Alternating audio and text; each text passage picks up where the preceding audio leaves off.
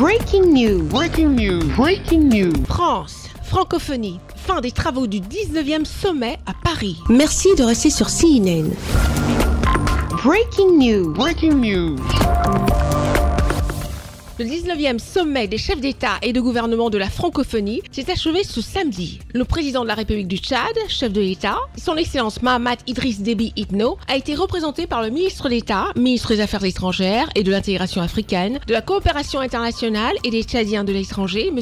Abderrahmane Koulamala, lors des travaux qui ont eu lieu au Grand Palais de Paris. Dans ses résolutions sur les situations de crise, de sortie de crise et de consolidation de la paix dans l'espace francophone, la séance du huis clos des dirigeants des pays membres a salué le retour à l'ordre constitutionnel au Tchad, tout en réitérant sa disponibilité à poursuivre son appui en faveur de la consolidation de la paix et de la démocratie. Après Villiers-Cotterêts hier, Paris a pris le relais pour la seconde journée des travaux du 19e sommet des chefs d'État et de gouvernement de la francophonie. Au cours de la séquence plus axée sur les thématiques du sommet, les délégations des pays membres ont notamment examiné le rapport de la 45e session de la conférence ministérielle et celui des activités de la secrétaire générale de la francophonie. Une communication de l'Assemblée parlementaire de la francophonie sur le thème du sommet a été faite. La séance plénière à laquelle le président de la République du Tchad, son Excellence Mahamat Idriss Déby Itno, a été représenté par le ministre d'État, ministre des Affaires étrangères, de l'intégration africaine, de la coopération internationale et des Tchadiens de l'étranger,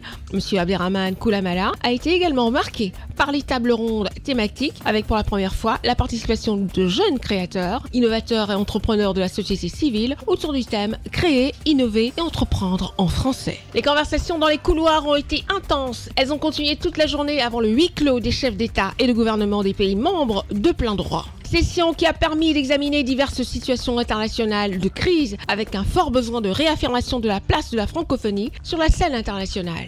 La plus haute instance de l'OIF a ainsi pris des résolutions sur les situations de crise, de sortie de crise et de consolidation de la paix dans l'espace francophone, réaffirmant l'attachement de l'organisation aux valeurs de paix et de solidarité, aux droits et libertés fondamentaux, ainsi qu'aux principes universels du droit international. Elle a déploré les désastreuses répercussions des conflits sur de nombreux États et gouvernements membres. Les dirigeants ont réaffirmé également leur détermination à prévenir les situations de crise et de conflit et à contribuer à leur règlement pacifique ainsi que de préserver la paix, la démocratie et le respect des droits humains, favoriser le développement durable des États et garantir le bien-être des populations. La situation de plusieurs États membres passés au crible au cours de cette session a amené les dirigeants à se prononcer sur la bonne conduite du processus politique au Tchad. Prenant bonne note de l'adoption d'une nouvelle constitution en décembre 2023, suivie de la tenue de l'élection présidentielle du 6 mai dernier et saluant la décision de tenir les élections législatives, provinciales et communales en décembre prochain comme dernière étape du processus de transition sous la conduite éclairée du président de la République du Tchad, chef de l'État,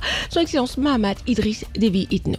L'action de la secrétaire générale dans l'accompagnement du processus de transition au Tchad a été exaltée. Mieux, l'OIF a réitéré sa disponibilité à poursuivre son appui en faveur de la consolidation de la paix et de la démocratie. Membre important qui milite pour garder son territoire stable dans une région qui connaît des bouleversements atteignant une certaine gravité, le Tchad est félicité pour ses efforts en faveur de la résolution de la crise au Soudan ainsi que son rôle humanitaire majeur dans l'accueil et la protection des réfugiés. Le 19e sommet de la francophonie se referme ainsi sur une note d'espoir et promet d'être un moment charnier pour l'organisation, laissant entrevoir un avenir prometteur où la francophonie, forte de sa diversité, s'affirme comme une actrice incontournable des défis globaux. Merci d'être sur CNN, la télévision autrement. Les programmes se poursuivent. Retrouvez toute l'actualité afro-mondiale en ligne et en multidiffusion sur CNN, C-Web Info et plateformes digitales, Facebook, YouTube, Instagram et en simultané sur Radio Voltage 2.